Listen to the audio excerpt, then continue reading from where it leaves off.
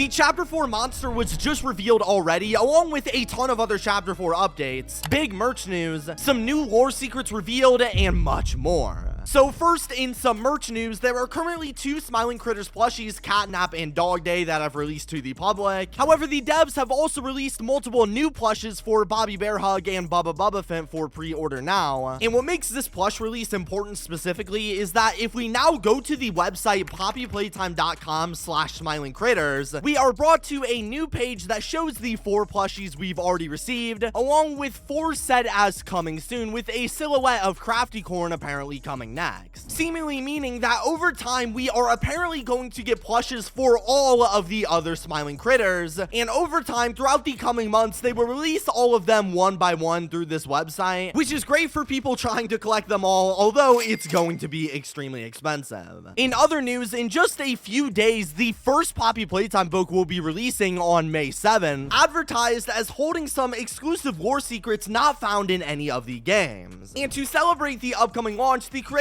have shared a few pages of the actual book, which hides some interesting info. The first page reads, "I should make a note about the feeding pit. It's a section of abandoned sewer systems with all these unused pipes in the walls. This is where the Wuggies live, as in feral mini Huggies. There is no way to get out of the feeding pit not by yourself, so you can only hope people like you enough to pull you out if you happen to fall in." So this doesn't tell us much, it's just the employees talking about the feeding pit from Project Playtime, although it's interesting they call the mini Huggies feral, almost as if something had turned them savage. The next page reads, "The Huggy range, you'll know them already, they're everywhere. Launched in 1984, Huggy was a huge hit with kids and has become our best known toy. He's the friendliest, funniest fellow you could hope to meet. He always has a smile for everyone, and he doesn't talk much, he just likes to hug. Our market research showed anxious kids respond well to a toy they can attach to themselves, so we designed him with Velcro pads on his hands. Once he hugs onto you, you can't lose him, and he can't lose you." A recent survey said 87% of people who were asked what product they associate most with Playtime Co. named Huggy. We believe that in the 1990s, Huggy Wuggy will only get bigger. So this first off confirms to us that Huggy was the most popular toy in Playtime Co., which I guess was sort of a given considering how many versions of him we see in the factory. And secondly, they tell us they believe he will be more popular in the 1990s, proving that this book takes place at some point in the 1980s, a few years before the factory would end up closing, and also before the creation of toys like Mommy Longlegs. The third and most interesting page from this teaser reads a sticky note conversation saying, "For those employees involved in our experimental programs, a separate handbook is available. I wish I could find a copy of that." Not that they ever put anything incriminating in print. Apparently confirming there is another handbook out there specifically for the experiments and their creations, which we might get our hands on in future chapters or even a further book release. So the company was struggling after the Smiling Critters disaster. Profits were way down and there was trouble at the factory. Employees saw things they shouldn't have and there were accidents leading to lawsuits. Dr. Sawyer figured we could solve all of these problems with an experimental program, giant toys with a living consciousness. He said he could create them and they'd work at the factory. I feel like certain senior employees should have asked more questions at this point, but they were desperate to turn the company around and the doctor got to do whatever he wanted. He had a nursery full of orphans and no one would know if anything happened to them.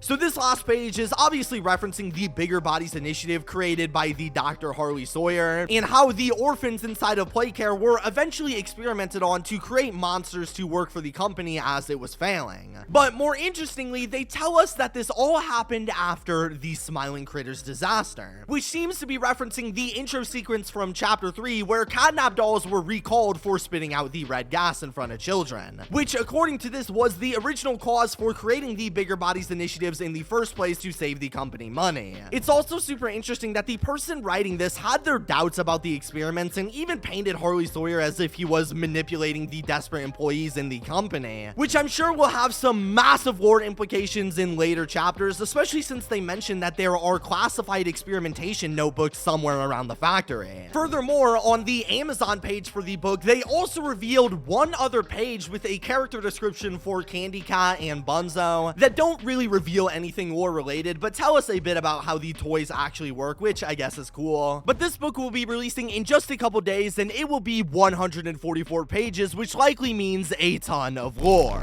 So make sure you subscribe to hear all about that when it finally drops. Moving on to the Chapter 4 updates, we just got some big news from the devs. As a couple days ago, the CEO, Zach, did an interview with Game Rant, the same people who called me the Poppy Playtime lore master, and they asked him a bunch of questions about the upcoming Chapter 4 and beyond. First off, the writers asked Zach about the creation of Poppy Playtime, getting the response, "Seth and I love the horror genre, and we long thought a horror game would be our first. But it will not be the only extent of what we make at Mob. Mob is positioning itself to be a lot more than just the Poppy Playtime company, and we want to launch several more IPs, several of which are also in the horror genre." Meaning that there are in fact more games coming from Mob, specifically in the horror genre, which I love to hear. We already know the devs are making a new sci-fi game, which I personally am not all that interested in, but we've seen how good Mob is at making just generally enjoyable horror titles, from these scares to gameplay mechanics. So this makes me extremely excited, and I'm glad to see that there's more in the pipeline outside of just finishing up the Poppy Playtime franchise. They extend on this more when asked, "Are you able to tell us more about your plans to venture into new mediums?" Getting the response, "From a gaming perspective, over the past year, we've been concentrating on getting the games onto more platforms. We successfully launched onto consoles, expanding our mobile plans, and earlier this year, we launched Poppy Playtime Forever on Roblox, and we're really happy with that success." So it seems clear that right now, the devs are super focused on making the games more available to people, with the console releases that should be seeing Chapter 2 sometime this year, the mobile versions, which will also see Chapter 3 later as well, and of course, Poppy Playtime Forever. The next and most important thing the devs told us is when asked, "Could you share anything about what players can expect from Poppy Playtime Chapter 4? Zach gave us a bombshell of an answer. "The new villain for Chapter 4 is the one Seth and I have been most excited about for quite some time. It will be a fan favorite, and the design takes every unique advantage of being a Poppy Playtime toy monster, from the material choice to the animation. Beyond that, fans can expect the highest quality, most stable, most optimized, and the best user experience of any of our games yet. We have done a lot of work to bring in top talent into Mob, and the results of bringing that talent are only just starting to take shape." So this confirms a ton of things about Chapter 4. First off, it confirms that the next monster is going to be somebody new, which is sort of what we expected, but it's nice to hear. And it also seems the design of the character is already done, and it's their favorite one yet. This is a stark contrast from what we saw with Catnap, who had a ton of different iterations with major monster modifications, once being a suit, before evolving into a standalone plush. But it seems like they are much more confident with this new character's design, which is always amazing to hear. They also, of course, told us that this next chapter is going to be the best user experience we've gotten, which is to be expected of them, especially with how much of a quality jump there's been from Chapter 1 to 2, and especially from 2 to 3. But this means lots of Chapter 4 stuff is coming soon, so make sure you subscribe for any updates, and peace out, guys.